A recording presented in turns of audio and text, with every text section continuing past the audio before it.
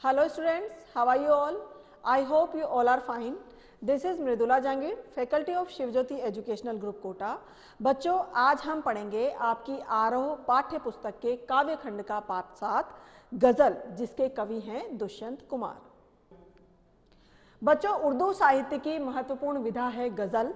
गजल की लोकप्रियता से हिंदी साहित्य भी अछूता नहीं रहा है। अनेक साहित्यकारों ने इस विधा पर अपनी कलम चलाई है, अर्थात अनेक साहित्यकारों ने गजलें लिखी हैं, परंतु गजल को सर्वोच्च ऊंचाइयों पर पहुंचाया है दुष्यंत कुमार ने।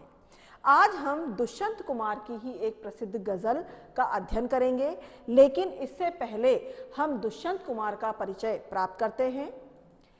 सबसे पहले है बच्चों दुष्यंत कुमार का जीवन परिचय। दुष्यंत कुमार का जन्म 1 सितंबर 1933 में उत्तर प्रदेश के बिजनौर जिले के राजपुर नवादा गांव में हुआ था। इन्होंने इलाहाबाद विश्वविद्यालय से हिंदी विषय में एमए किया। दुष्यंत कुमार का साहित्यिक जीवन इलाहाबाद में आरंभ हुआ।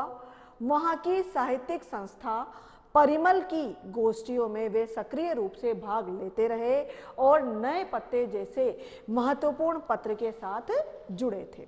आजीविका के लिए आकाशवाणी और बाद में मध्य प्रदेश के राजभाषा विभाग में कार्य किया। 42 वर्ष की अल्पायु में ही 30 दिसंबर 1975 को उनका देहावसान हो गया, अर्थात उनकी मृत्यु हो गई। बच्चों, दुष्यंत कुमार की रचनाएं हैं सूर्य का स्वागत, आवाजों के घेरे, साए में धूप, जलते हुए वन और वन का वसंत, ये इनके काव्य संग्रह हैं। एक कंठ विस्पाई, ये इनका गीति काव्य है। छोटे छोटे सवाल, आंगन में एक वृक्ष और दोहरी जिंदगी, ये इनके द्वारा लिखित उपन्यास है। अब हम देखते हैं इनका साहित्यिक परिचय। दुष्यंत कुमार ने अपने अल्प जीवन में कम साहित्यिक उपलब्धियां हासिल नहीं की है, बल्कि गजल की विधा को हिंदी में प्रतिष्ठित करने का श्रेय अकेले दुष्यंत कुमार को ही जाता है। उनके कई शेर साहित्यिक एवं राजनीतिक जमावड़ों में लोकोक्तियों की तरह दोहराए जाते हैं। साहित्यिक गुणवत्ता से समझौता न करते हुए भी दुष्यंत ने लोकप्रियता के नए प्रतिमान कायम किए हैं। साए में धूप और एक कंठ विस्पाए हिंदी साहित्य की बहु प्रशंसित कृतियां हैं। बच्चों, अब हम देखेंगे गजल, जो आपकी पाठ्य पुस्तक में गजल दी गई है। बच्चों, प्रस्तुत गजल में समाज के अभावों और उनके प्रति लापरवाह और निष्क्रिय समाज को जगाने का प्रयास किया गया है। कवि समाज की कुव्यवस्था पर दुख प्रकट करते हुए ये गजल लिख रहे हैं। तो बच्चों, आइए पढ़ते हैं हम यह आपकी कविता गजल। बच्चों, आपकी जो पाठ्य पुस्तक में जो गजल दी हुई है उसका पहले 2 पंक्तियां हैं। कहाँ तो तय था चिरागा हर एक घर के लिए, कहाँ चिराग मयस्सर नहीं शहर के लिए। बच्चों, यह तय का अर्थ होता है निश्चित होना, चिरागा का अर्थ होता है चिराग या दीपक, और मयस्सर का अर्थ है उपलब्ध होना। इसका भावार्थ है स्वतंत्र भारत में हमने सपना देखा था। इस गजल के माध्यम से जो कवि हैं वो हमें बताना चाह रहे हैं कि हमने स्वतंत्र भारत यानी आजाद भारत में सपना देखा था कि अब यहाँ घर में दीपकों की माला जलेगी, अर्थात सबको ढेर सारी खुशियां मिलेगी। किंतु हुआ इसके बिल्कुल विपरीत। अब तो पूरे शहर के लिए एक दीपक भी नहीं जलाया जा सका। सब जगह अंधेरा ही अंधेरा है, अर्थात निराशा ही निराशा है। खुशियां या प्रकाश के नाम पर कुछ भी नहीं हो पाया है। आगे ये बता रहे हैं, यहाँ दरख्तों के साए में धूप लगती है, चलो यहाँ से चले और उम्र भर के लिए। दरख्त का अर्थ होता है पेड़ या वृक्ष, साया का अर्थ होता है छाया। तो इन पंक्तियों में कवि बता रहे हैं कि यहाँ तो पेड़ ऐसे ही हैं जिनकी छाया में भी धूप लगती है, अर्थात यहाँ की शासन व्यवस्था और यहाँ के जो शासक हैं वो ऐसे हैं कि उनके आश्रय में रहकर कोई भी सुख चैन नहीं पा सकता, बल्कि उन्हें कष्ट ही कष्ट हो रहे हैं। स्वतंत्रता के बाद नेताओं ने देश के सुख चैन के लिए, यानी देश के लोगों को सुख शांति पहुंचाने के लिए कुछ भी प्रयास नहीं किए हैं। अब तो यह मन करता है कि ये देश छोड़कर सदा के लिए कहीं और चले जाए, अर्थात इस देश को छोड़कर हमेशा के लिए चले जाए। आगे कवि कह रहे हैं, ना हो कमीज तो पाँव से पेट ढक लेंगे। ये लोग कितने मुनासिब हैं इस सफर के लिए। मुनासिब का अर्थ होता है योग्य और सफर का अर्थ होता है यात्रा। तो यहाँ पर कवि इस पंक्तियों के माध्यम से ये समझा रहे हैं कि भारत के जो लोग हैं वह इतने दीनहीन और दबे कुचले हैं कि वे अपने अभावों का कभी रोना नहीं रोते, अर्थात वो अपनी इन अभावों की जिंदगी को जीने के आदी हो गए हैं और इतने अभाव और इतने दुख दर्द देखकर भी वो इसी अवस्था में जीवन यापन करने के आदी हो गए हैं। उन्हें पहनने के लिए कमीज न मिले तो अधिकारों के लिए संघर्ष नहीं करते, बल्कि वे पांव सिकोड़कर अपना पेट ढकने की कोशिश करते हैं। इनमें विरोध करने की भावना मर चुकी है, अर्थात समाप्त हो चुकी है।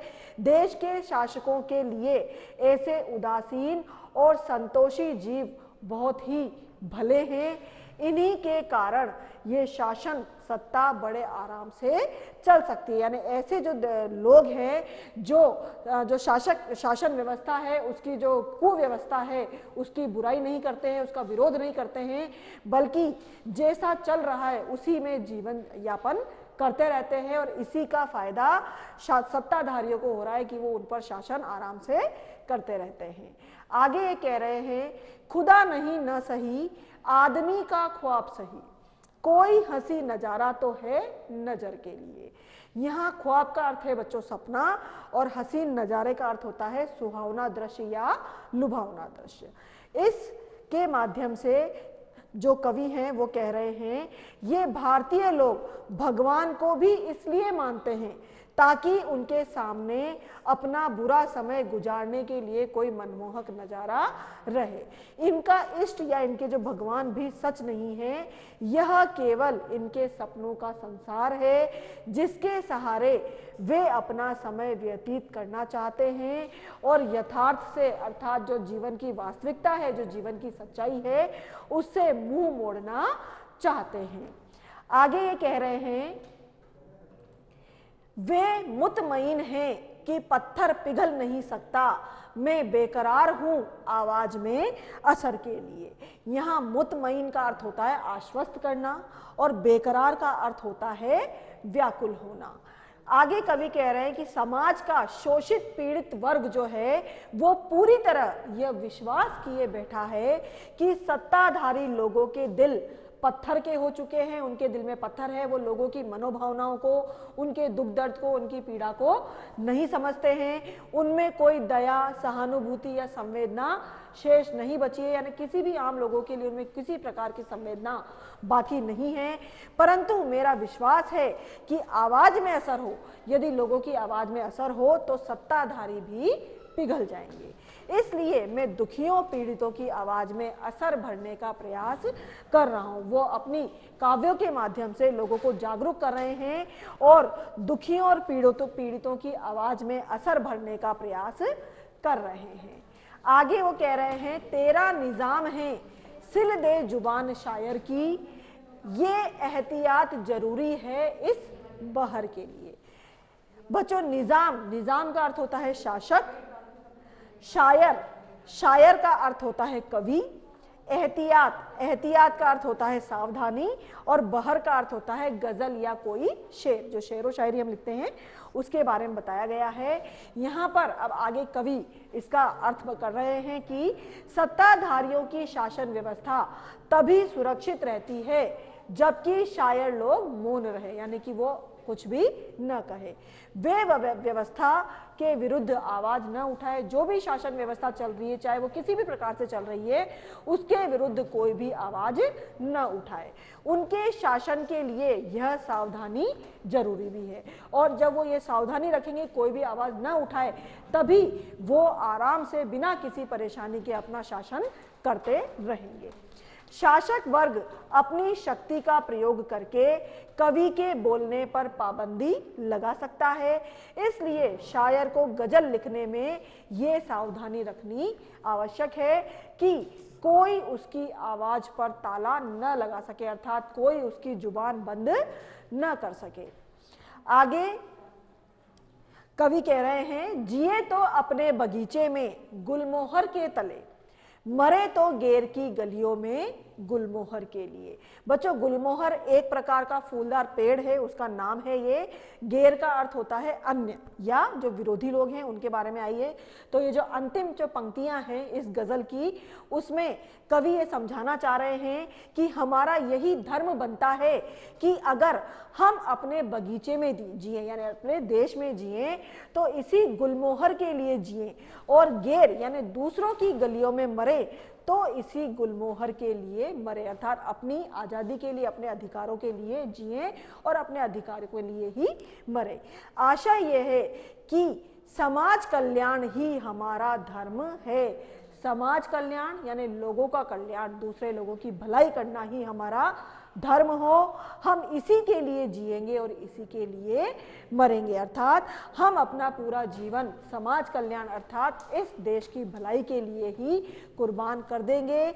हम इसी देश के लिए जिएंगे और इसी देश के लिए मरेंगे। तो इस प्रकार इस गजल के माध्यम से कवि ने जो सत्ताधारी है उनका विरोध किया है और लोगों को जो कुव्यवस्था है इसके प्रति जागरूक करने का प्रयास किया है। तो बच्चों, आई थिंक आपको यह जो गजल कविता है ये समझ में आई होगी। आप इसका पुनः एक बार अभ्यास करें, घर में रहिए, सुरक्षित रहिए। धन्यवाद।